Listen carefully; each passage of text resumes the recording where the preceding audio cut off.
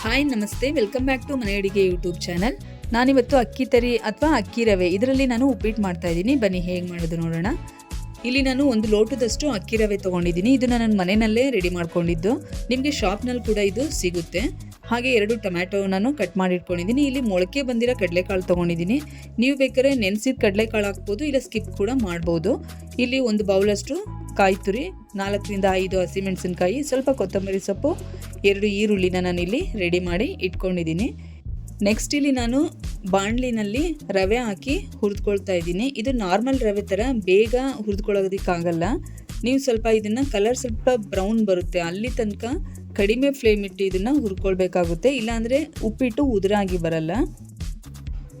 ಇಲ್ಲಿ ನಾನು ಒಂದು ಪಾತ್ರೆ ಇಟ್ಟು ಅದರಲ್ಲಿ 4 ರಿಂದ 5 ಸ್ಪೂನ್ ಆಯಿಲ್ ಹಾಕಿ ಈಗ ಸಾಸಿವೆ ಹಾಕ್ಕೊಳ್ತಾ ಇದ್ದೀನಿ. ಅದು ಸಿಡಿದ ಮೇಲೆ ಕಡಲೆಬೇಳೆ, ಹಸಿಮೆಣಸಿನ್ಕಾಯಿ, ಈರುಳ್ಳಿ ಹಾಕಿ ಫ್ರೈ ಮಾಡ್ಕೊಳ್ತೀನಿ.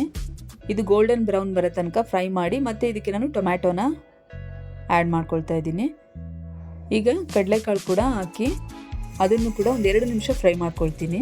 1 ಗ್ಲಾಸ್ ರವೆಗೆ ನಾನು 2 ಗ್ಲಾಸ್ ನೀರನ್ನು ಹಾಕ್ಕೊಳ್ತಾ ಇದ್ದೀನಿ. ಅಕ್ಕಿ ರವೆ ಆದ್ದರಿಂದ ಸ್ವಲ್ಪ ನೀರು ಜಾಸ್ತಿ ಹಾಕಬೇಕಾಗುತ್ತೆ. ರುಚಿಗೆ ತಕ್ಕಷ್ಟು ಉಪ್ಪನ್ನು ಕೂಡ ಹಾಕಿ ನಾನೀಗ 2 ನಿಮಿಷದಷ್ಟು ಲಿಡ್ ಕ್ಲೋಸ್ ಮಾಡಿ ಓಪನ್ ಮಾಡ್ಕೊಳ್ತಾ ಇದ್ದೀನಿ. ಯಾಕಂದರೆ ಕಡಲೆಕಾಳು ಸ್ವಲ್ಪ ಕುಕ್ ಆಗಲಿ ಅಂತೇಳಿ ಕ್ಲೋಸ್ ಮಾಡಿದ್ದೆ. ಈಗ ನಾನು ಅದಕ್ಕೆ ರವೆ ಹಾಕಿ ಪೂರ್ತಿ ಮಿಕ್ಸ್ ಮಾಡಿ 3 ರಿಂದ 4 ನಿಮಿಷದಷ್ಟು ನಾನು ಇದನ್ನು ಕುಕ್ ಮಾಡ್ಕೊಳ್ತೀನಿ. ಈ 4 ನಿಮಿಷದಲ್ಲಿ ಮಧ್ಯ ಒಂದ್ಸರಿ ತೆಗೆದು ತಿರುಗಿಸ್ಕೊಳ್ಬೇಕಾಗುತ್ತೆ. ಯಾಕಂದರೆ ಇದು ಅಕ್ಕಿ ರವೆ ಆದ್ದರಿಂದ ಸೀದೋಗೋ ಚಾನ್ಸಸ್ ಇರುತ್ತೆ. ಅದರಿಂದ ಮಧ್ಯ ಒಂದ್ಸರಿ ತಿರುಗಿಸ್ಕೊಳ್ಬೇಕಾಗುತ್ತೆ. ಈಗ ನಾನು ಕೊತ್ತಂಬರಿ ಸೊಪ್ಪು, ಕಾಯಿ ತುರಿ ಹಾಕಿ ಮಿಕ್ಸ್ ಮಾಡ್ಕೊಳ್ತಾ ಇದ್ದೀನಿ. ಈಗ ರೆಡಿ ಆಗಿದೆ.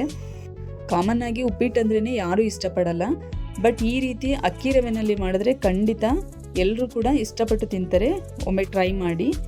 ಪ್ಲೀಸ್ ನನ್ನ ಚಾನೆಲ್ನ ಸಬ್ಸ್ಕ್ರೈಬ್ ಮಾಡಿ, ಲೈಕ್ ಮಾಡಿ, ಶೇರ್ ಮಾಡಿ. Thank you.